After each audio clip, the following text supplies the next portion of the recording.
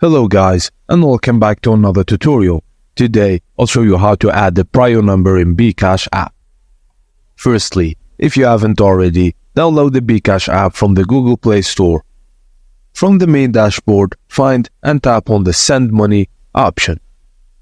Click on the Tap here to send money for free button to proceed. A pop-up will appear with an Add button. Click on it to add new number.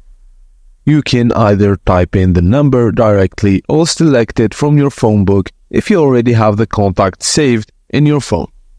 Now, after entering the number, you'll need to input your bkash PIN to confirm the addition.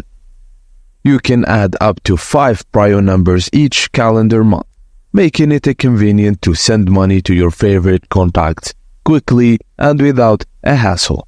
And that's it guys, as simple as that. Thank you for watching, and please don't forget to like and subscribe for more.